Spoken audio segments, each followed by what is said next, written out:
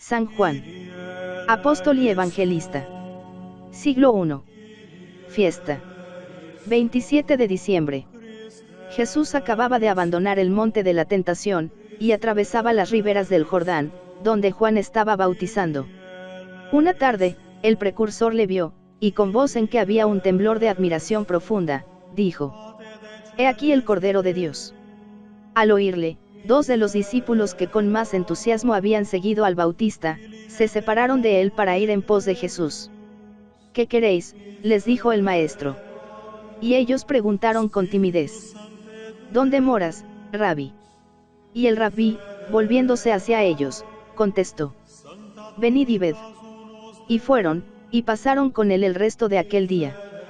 Tal fue el primer encuentro de Juan con Jesús.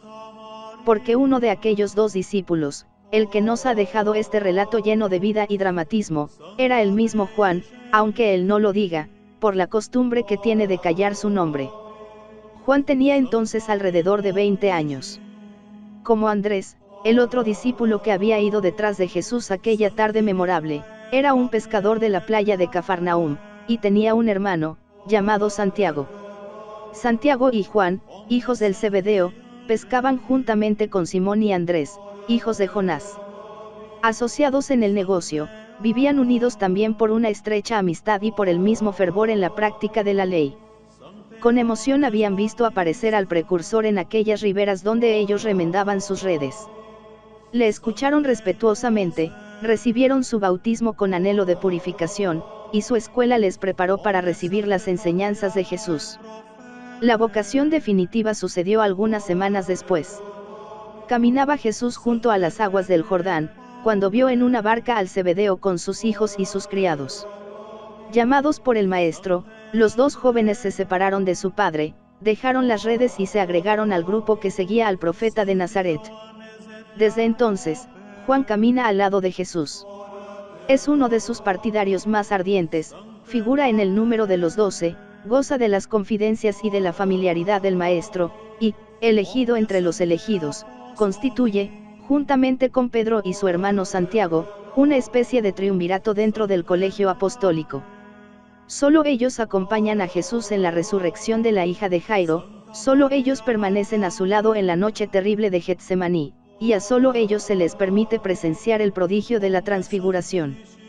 Pero si Pedro obra ya desde entonces como cabeza de sus hermanos, Juan recoge las más dulces tenures de la amistad del hombre Dios. Es el discípulo preferido, aquel a quien amaba Jesús, como él dice humildemente, sin atreverse a revelarnos el fuego ardiente que devoraba también su pecho.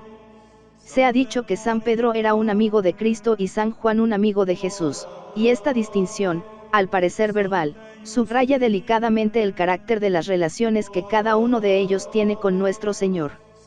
Explicando aquella predilección del corazón divino, decía San Jerónimo: Juan, que era virgen al creer en Cristo, permaneció siempre virgen. Por eso fue el discípulo amado y reclinó su cabeza sobre el corazón de Jesús. En breves palabras, para mostrar cuál es el privilegio de Juan, o, mejor, el privilegio ríe la virginidad en él, basta decir que el Señor Virgen puso a su madre virgen en manos del discípulo virgen. Pero el verdadero símbolo de Juan no es la paloma, sino el águila. Amó, sin duda, sintió las más exquisitas delicadezas del corazón, pero a la ternura se juntaba en él una extrema fogosidad. Era un alma de fuego, lo mismo que su hermano Santiago. A los dos vástagos del Zebedeo, Cristo les dio el bello nombre de Boanerges, que quiere decir hijos del trueno, para indicar su corazón rápido y ardiente como el rayo. También su impetuosidad y, a veces, sus violencias. Pasando el Rabí por Samaria, pidió alojamiento en un poblado, pero ellos no quisieron recibirle, porque se dirigía a Jerusalén. Viendo lo cual, dijeron Santiago y Juan, sus discípulos: Señor, ¿quieres que digamos que caiga fuego del cielo y los abrase? Pero él, volviéndose a ellos, les reprendió. La misma intolerancia, otro día en que vieron a un hombre que, sin formar parte de los discípulos de Jesús, arrojaba los demonios en su nombre. No se puede tolerar que esas gentes abusen de tu autoridad, dijo Juan a Jesús, y por eso se lo hemos prohibido. Dejadlos, respondió el Señor, nadie, después de hacer un milagro en mi nombre, hablará mal de mí. Estas escenas históricas, completadas por el hálito que se derrama en sus escritos, dejan en nosotros la impresión de una naturaleza muy dulce y muy fuerte a la vez. Nos encontramos frente a un alma privilegiada, con tendencias a la contemplación recogida, silenciosa, emparentada con la de Teresa y Francisco de Sales. Era uno de esos temperamentos que viven más hacia adentro que hacia afuera. Pedro obra y habla, aparece en el primer plano, Juan se queda atrás observando, contemplando, embriagándose de amor y de luz, contento de que le dejen en esta penumbra conforme con sus aspiraciones místicas. Cuando escriba, se verá en él al hombre que ha meditado mucho y ha saboreado largamente en el reposo las palabras y los hechos de Jesús. El dominicino comprendió perfectamente aquellos ojos, aquel corazón y aquel espíritu, clavados en las profundidades del cielo, en la intensidad del pensamiento y del amor. Se ha visto en Pedro y Juan un paralelo de Marta y María, y aunque todas las comparaciones son peligrosas, hay en esta un fondo de verdad. El Dante, con juicio certero, después de ver en Pedro y Santiago los símbolos de la fe y de la esperanza, habla de San Juan como el más perfecto representante de la santa caridad. Pero esta serenidad, esta dulzura, este carácter recogido y amoroso, son algo distinto de la inercia y la pasividad. Los pintores nos han acostumbrado a ver en él un no sé qué de femenino y sentimental que está en pugna con la energía varonil, con el celo fulgurante que se descubre en algunos pasajes evangélicos. Era, sin duda, una herencia de su madre. Salomé, la abnegada servidora del Señor, la que le siguió hasta la cruz, la que, arrebatada de su amor maternal, no comprendiendo aún la renovación amorosa que constituye el reino de Cristo, se atrevió a pedir para sus hijos los puestos de honor junto a su trono. ¿Qué quieres?, le preguntó el Señor al ver que se acercaba a él con ingenua timidez. Señor, dijo ella, prométeme que cuando estés en tu gloria, estos dos hijos míos se sienten el uno a tu diestra y a tu siniestra el otro. Jesús reprimió aquella ambición de los hijos del Zebedeo, recordándoles que su gloria se ganaba a costa de sufrimiento. Podéis beber, les dijo, el cáliz que yo voy a beber. Podemos, respondieron ellos sin titubear. La amistad de Jesús con el más joven de sus discípulos se hace más íntima y más conmovedora en los últimos días de su vida. Diríase que quería aprovechar los momentos que le quedaban para dejar caer las caricias de su mirada y de su voz sobre aquel corazón amado. De la última cena sabemos aquel rasgo admirable que ha despertado la inspiración de los pintores más famosos. Ahora bien, uno de los discípulos, aquel a quien Jesús amaba, estaba recostado sobre su pecho.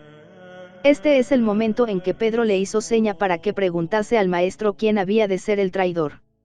Sigue luego la cobardía momentánea. Juan huye, como todos sus compañeros, cuando prenden a Jesús, pero se repone pronto, y con heroico valor entra en el palacio del pontífice, donde acababan de introducir a la víctima. El pontífice le conocía de los días en que le llevaba los sabrosos peces del lago de Genesaret, y en el palacio había otras personas que guardaban de él grato recuerdo. Ansioso y desconcertado, seguía el pobre discípulo todos los detalles del terrible drama que medio siglo más tarde describirá con acento lloroso y tembloroso. Sigue a su maestro de un tribunal a otro, le acompaña en la calle de la amargura y cuando muere, se coloca junto a María al pie de la cruz. Va a recibir el testamento de Jesús. Pero, ¿qué puede dar aquel crucificado pobre y desnudo? De todo le han despojado, pero allí, cerca de él, está su madre, y junto a su madre, el discípulo preferido. Aunque no te queda nada, parecen decir, nosotros somos tuyos. Y Cristo, entonces, pone al uno en las manos del otro. Mujer, he aquí a tu hijo, dijo, dirigiéndose a María. Y hablando con Juan, añadió, he aquí a tu madre. Y desde este momento, el discípulo la recibió en su casa. No hay nada tan emocionante como estas palabras supremas dirigidas a una madre desolada y a un discípulo querido. Después de la resurrección, Juan sigue siendo una de las columnas de la Iglesia, como le llama San Pablo, pero, transportado a las alturas inaccesibles del amor, su figura se oculta mientras Pedro y Pablo llenan el mundo con su presencia. Mientras vive María, permanece a su lado en Jerusalén. Juan guardaba aquella herencia con amor, y en torno de ella parece haberse concentrado su principal solicitud. Aparece junto a Pedro, como su sombra en el milagro de la puerta espaciosa, se presenta con los demás delante del Sanedrín, predica en Samaria y asiste al concilio de Jerusalén. Al lado de María, la impetuosidad del Hijo del Trueno, se transformó en suavidad, en gracia, en moderación. Vive en un reino de amor, de contemplación recogida y fecunda, y cuando la Virgen se duerme por última vez bajo la solicitud cariñosa de su mirada, para despertarse en el cielo, la predicación de Juan continúa en una oscuridad que no esperábamos de su naturaleza todavía joven y siempre viva y enamorada de Jesús. Ya declinaba el primer siglo cristiano, cuando vuelve a aparecer con una majestad incomparable, dominando el fin de la era apostólica con el poder de su palabra y el prestigio de su autoridad. El centro de este imperio era Éfeso, la capital del Asia preconsular, en donde el apóstol se había refugiado después de la ruina de Jerusalén. Allí había resonado, unos lustros antes, la palabra de San Pablo, pero su gloria quedaba ahora como oscurecida por la presencia del discípulo amado. Cuando habían desaparecido todos los testigos de la palabra, quedaba allí Juan, que había visto al divino Maestro con sus ojos y le había tocado con sus manos y había descansado sobre su pecho, sacando de él tales llamas de amor, tan divinas claridades, que todos en Asia le llamaban el teólogo, porque nadie podía comparársele hablando de Dios. El emperador Domiciano oye hablar de la historia prodigiosa de aquel viejo venerable. Se le lleva a Roma, se le condena como enemigo de los dioses del imperio, sale ileso de la caldera de aceite hirviendo, y marcha desterrado a las rocas desnudas y abrasadas de la isla de Polmous, donde se le presentan aquellas visiones que él debió recoger entre alaridos trémulos y que nosotros leemos con terror, lluvias de fuego y de sangre, copas de oro de las que se escapa el vino de la indignación, caballos con crines de serpientes y corazas de fuego, que en sus resoplidos lanzan llamas de azufre, dragones rojos, de 7 cabezas y 10 cuernos, cuya cola arrastraba en pos de sí las estrellas del ciclo.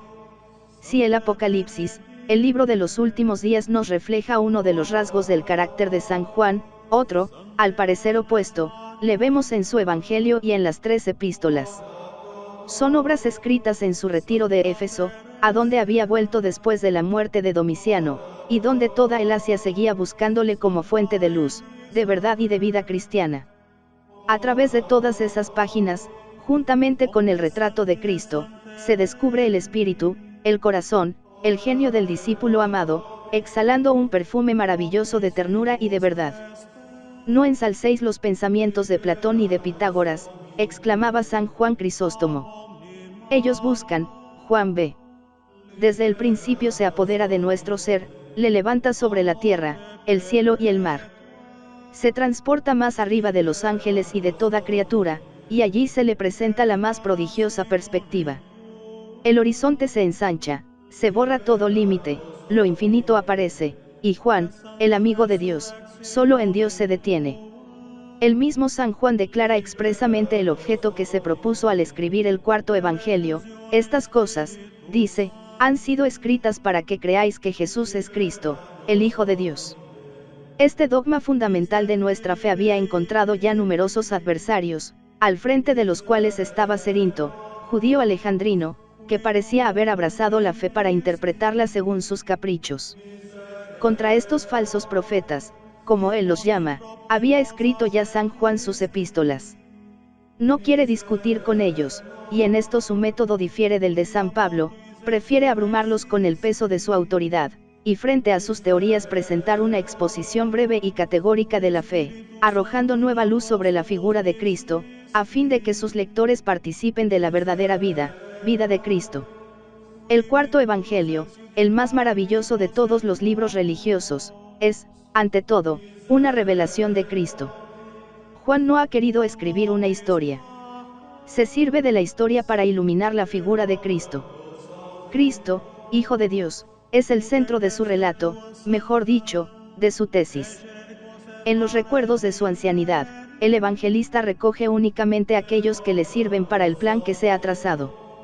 No quiere precisamente completar a los otros evangelistas, quiere que los que le lean saquen la convicción de que su protagonista es Hijo de Dios, y su programa se desarrolla con un orden, con una seguridad sorprendentes. Aún desde el punto de vista meramente humano, este evangelio tiene un dramatismo insuperable. En torno a la figura de Cristo, se siente crecer en cada página el doble sentimiento del odio y del amor, de la fe y de la incredulidad. Todo está seleccionado y dispuesto en orden a un fin. Se trata, pues, de un evangelio metafísico, doctrinal, teológico, en que todo es profundo y sublime. Es el evangelio de la idea, y al mismo tiempo el evangelio del corazón. Casi todo en él, dice San Agustín, habla de la caridad. Se ve al discípulo amado, al amigo íntimo de Jesús y de María, al descubridor de la insondable teología del Verbo, al que formuló aquellas 4 verdades que no se cansaba de admirar San Agustín: Dios es vida, Dios es luz. Dios es Padre, Dios es amor. Esta doctrina sublime está expuesta con un estilo de una soberana sencillez. Es un río que puede vadear un cordero y en el cual nada holgadamente un elefante. Se ve al hebreo que escribe en una lengua extraña, en griego, pero que encuentra la palabra expresiva de la plenitud de su pensamiento, creando un estilo único y original, el estilo de un gran genio y de un profundo contemplativo, suave y enérgico a la vez, y tan íntimo, que su eco se oye en las profundidades del alma.